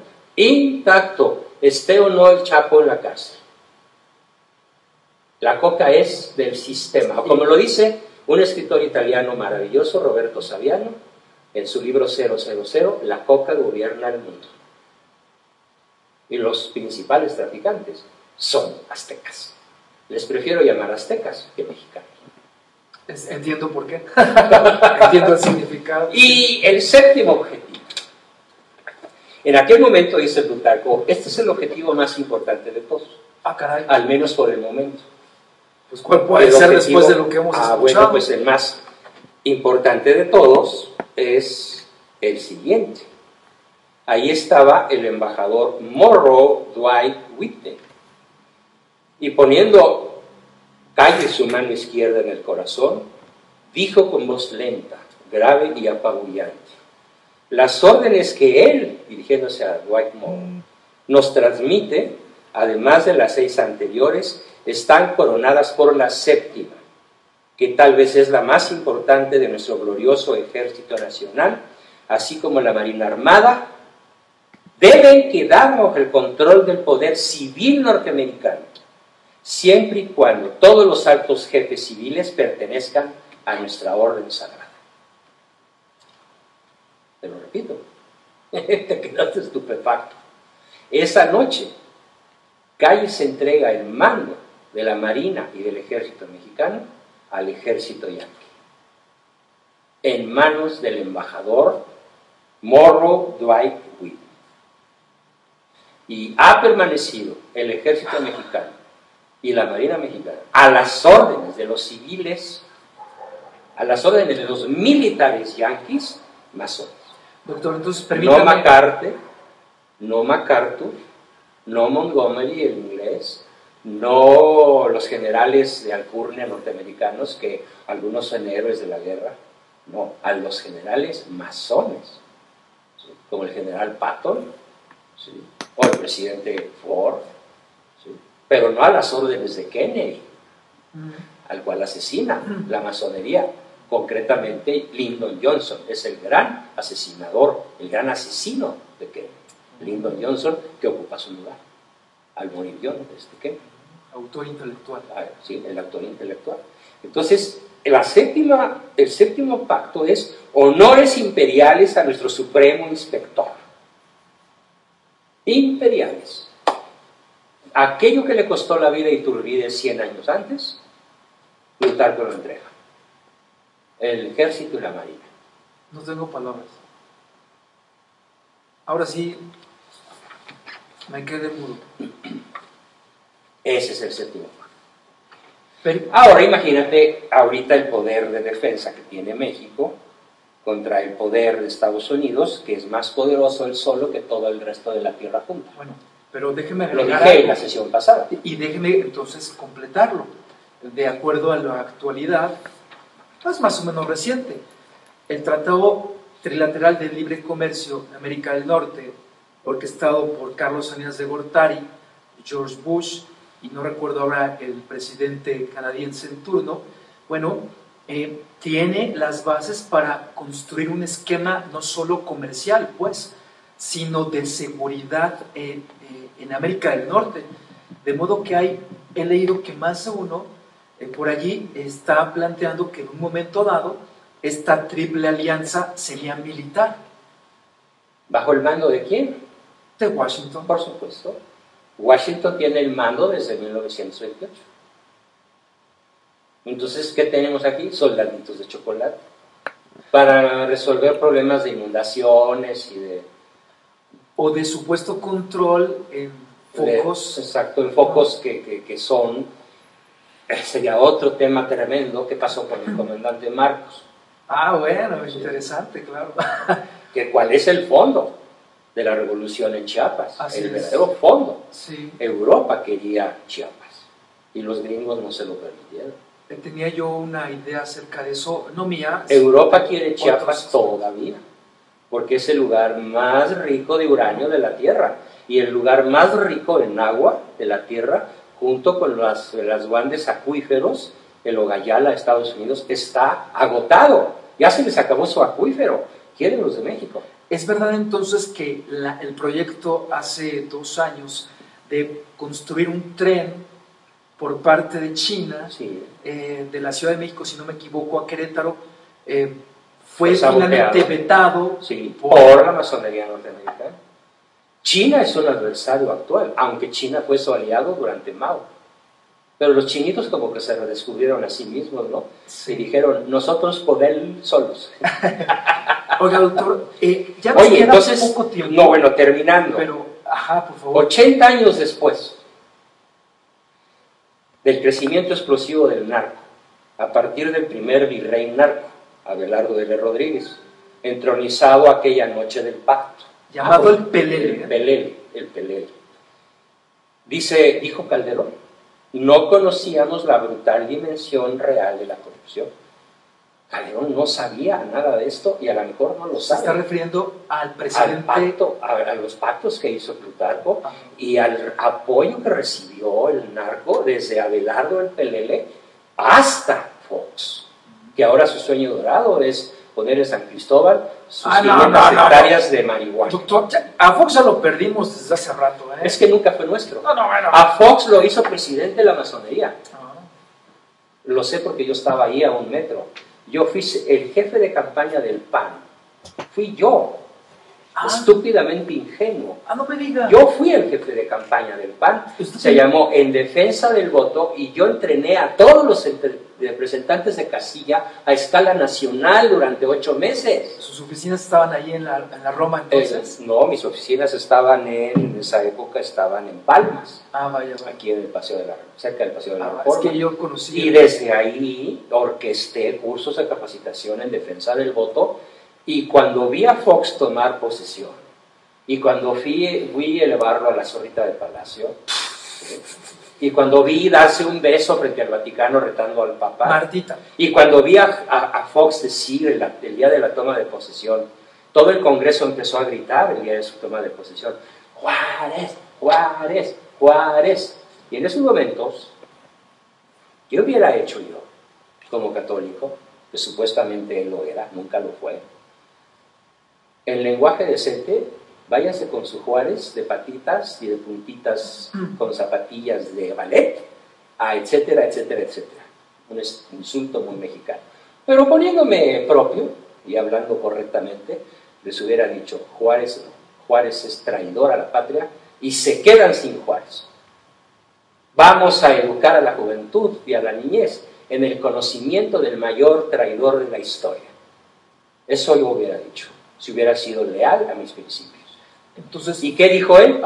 Bueno, muchachos, va Juárez, ok, sea Juárez nuestra guía, en la toma de posesión. Y recibió el aplauso de los 500 diputados y senadores y cuates que estaban ahí, masones que lo recibieron con gran beneplácito, el Viva Juárez. ¿Y cómo fue la crítica en el Auditorio Nacional en la toma de protesta ciudadana cuando una de sus hijas le lleva el crucifijo a Fox? Y bueno, no se la acabó. No se la acabó. Ni Fox ni su hija. Pero eso fue para tapar el ojo al macho. Bueno, doctor, en estos minutos que nos faltan, porque bueno, pues como ven, pues es un tema apasionante e interesante, ¿qué podríamos concluir, no sin antes hablar unos minutos del papel de la Virgen de Guadalupe, porque por algo se apareció aquí. Pero, ¿qué podemos concluir entonces respecto a la masonería en México? ¿Cómo podríamos cerrar yo diría, pues no este programa propiamente, sino iniciar posteriormente otros programas con un análisis, una revisión más pormenorizada o detallada de la historia mexicana y de otros sucesos importantes en ella? Pero ¿cómo podríamos concluir para todo nuestro público? Los que ¿por qué crees que mi Virgencita está aquí en el lugar de honor, en mi sala? Y cada vez que doy una conferencia, porque aquí doy muchas conferencias en este lugar, con muchísima frecuencia, a veces a públicos pequeños, a veces todos se llenan, caben 50 fácilmente. Invariablemente me hago acompañar de mi madre, porque ella pisará la cabeza de la serpiente. Así de fácil. Y ya lo anticipa en una maravillosa película de Tolkien, El Señor de los Anillos, ¿sí? Cuando un soldado, ¿sí?, es retado por el dragón, le dice: tú no me puedes vencer, porque está escrito que ningún varón podrá derrotarme ni asesinarme. Y entonces el guerrero se quita el casco y le dice: pero yo sí soy mujer. Está en la película del Retorno del Rey. Es que hay que verlo. Hay que verlo a la luz de la teología. Y está escrito con ese propósito. Tolkien escribe sus novelas, católico, converso, escribe sus novelas con un fundamento teológico de primerísimo nivel. Pues más allá de los efectos especiales y de los personajes y todo lo que quieras, es la saga, ¿sí?, del Señor de los Anillos encarna perfectamente lo que va a ocurrir. Entonces ella triunfará sobre Lucifer. Déjeme plantearlo entonces de este modo, como iniciamos en la primera parte sobre la masonería, y ahora cerramos con esta segunda. Déjeme verlo desde esta manera, como usted inició, con la visión teológica de la historia. Sí. Esto es que el Señor envía a su Hijo finalmente, a Jesucristo, para redimir al género humano. Y vemos cómo a lo largo de esta historia humana ha habido naciones que han cumplido papeles fundamentales. Francia, por ejemplo, España, en la evangelización de varios continentes. El mismo Israel en su momento. La historia vieja de Israel. De acuerdo.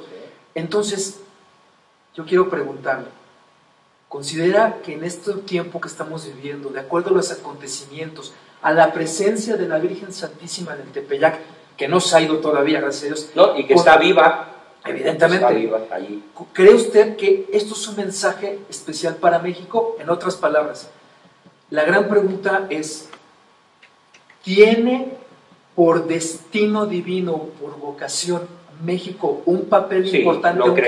Lo creo así, por el dedo de Dios escribió. Digamos que González Bocanegra, no sé por qué se le ocurrió escribir esa estrofa, ¿no? Pero ahí está, el destino de México, por el dedo de Dios escribió. ¿Sí? Y toda la letra del himno es mística. Patria, patria, tus hijos te juran, un soldado en cada hijo te dio. Y las estrofas dedicadas a Iturbide, suprimidas por los masones desde hace muchos años, bueno, desde don Porfirio, ¿sí? Hay multitud de alusiones a cuál es el papel de México en la lucha final. Pero yo no diría la lucha de México, yo sería más concreto, nuestra lucha, tuya, Jaime, mía, y de Fernando Pérez Guzmán, y de Omar de la Rosa, y de Ivette Laviada, y de todos los que estamos en la red, y de otros muchísimos que se siguen sumando, del señor Trasloceros, alto intelectual de la UNAM, que ya se sumó con nosotros, ¿sí? Y cuántos más se van a seguir sumando. Y muchas familias, y gente, y personas anónimas, que están dando su tiempo, su esfuerzo. Y bueno, hasta en las rancherías de Puebla hubo marchas. 30, 40 personas, pero ahí estaban.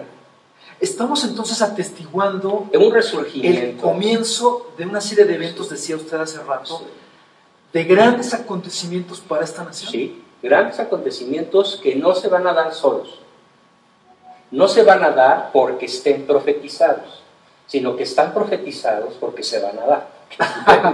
Qué interesante, ¿no? Sí. Entonces, la profecía no es una orden. No. La profecía es un conocimiento previo de lo que alguien va a decidir en su momento. Y esa decisión nos toca a nosotros.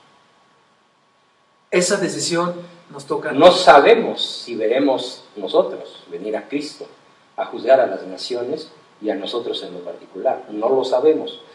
Lo único que podemos decir es que no sabemos si sí o si no nos va a tocar.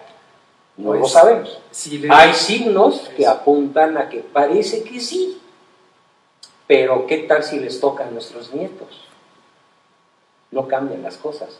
Para Dios el tiempo no existe. Es eterno, es inmutable. Para Él no pasan los minutos, ni existen las distancias. Entonces, en los tiempos divinos, tenemos que ser humildes y evitar cualquier interpretación de tipo sectario que nos diga, el 28 de septiembre del año del 2016, un cometa partirá el eje de la Tierra. Y entonces vendrá Cristo con gran poder y majestad. No, eso no lo podemos decir. Es mentira, es manipulación, es a lo mejor querer rating en los programas, pero sí, eso no quita que yo sí exhorte a todos mis escuchas Así es. a decir, como no sabemos ni el día ni la hora, y como la muerte llega como un ladrón, y como Cristo vendrá en el momento que Él lo juzgue oportuno, velad y orad para no caer en tentación.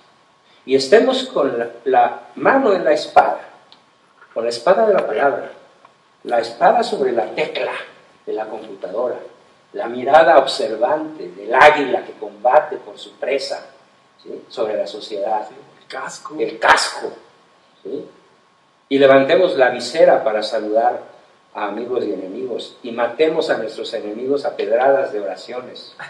Nunca les deseemos el mal, porque la lucha no es contra sus cuerpos, sino contra los espíritus al cual ellos han entregado su cuerpo y su espíritu, aunque a veces algunos se arrepientan. Sí. Oremos por su conversión, es la principal arma. La oración, la penitencia, el sacrificio, el sacramento, y ella es nuestra capitana. Patrona de América, emperatriz de las Américas. Sí. No es solo México, es toda América Latina, ¿sí?, encabezada por los mexicanos, por líderes mexicanos, los que tenemos que dar la batalla final, así no nos toque el mero final, pero hay que combatir como si nos tocara. En el tiempo, en el lugar que nos corresponde. Así es. Y yo siempre les digo a los que quieran escucharme, no pretendas saborear las mieles de la victoria si no participas en el fragor de la batalla. Me encantó esa. Con eso remato. Me encantó esa. No pretendas saborear las mieles de la victoria si no participas en el fragor de la batalla. Y en una batalla hay bajas, hay heridos, Hay muertos, hay muertos hay mutilamientos, y hay triunfo, y hay evidentemente. éxito, sí. Pues, doctor, ha sido un tiempo valiosísimo el que nos ha usted compartido a todos nosotros. Y yo estoy seguro que tanto en esta primera parte que tuvimos, referente a la masonería internacional, el sionismo mundial, con sus 7 frentes de batalla, y el papel, Y los 7 pactos. los 7 pactos del 28 con calles y todo lo que ha sido algunos momentos especiales en la historia de México, funestos, tristes, vergonzosos. Yo estoy seguro que nuestros amigos se acercarán a estudiar y comprender mejor la realidad, y ojalá sea un acicate, ¿no?, sea un estímulo para que nos abra los ojos y nos lleven a participar en esta que yo veo la gran oportunidad que tenemos como nación de hacer eco de la voluntad del Señor para participar con Él y por Él en la batalla más grande de toda la historia, por la condenación y la salvación de las almas. Algo que debí haber dicho en su momento y quiero todavía decir. La expresión de un papa, creo que de Benedicto XIV, al referirse a la Virgen, Sí. y cuyo letrero está en enormes letras de bronce en la Basílica Vieja, donde dice, non fecit taliter omni natione, y no hizo cosa igual con ninguna otra nación. Por eso es razonablemente inteligente y profético suponer que tenemos un papel preponderante en la historia de los últimos tiempos, porque no hizo cosa igual con ninguna otra nación. Vaya, ni con Portugal en Fátima, ni con Lourdes en Francia se quedó, ni con Medullorí en el centro de Europa. Solo en México la tenemos viva y embarazada. Y todavía más, podríamos decir, como lo que señaló en su momento el Papa Benedicto XVI. Se engaña aquel que crea que la misión de Fátima ha concluido. No, el secreto de Fátima no se conoce del todo.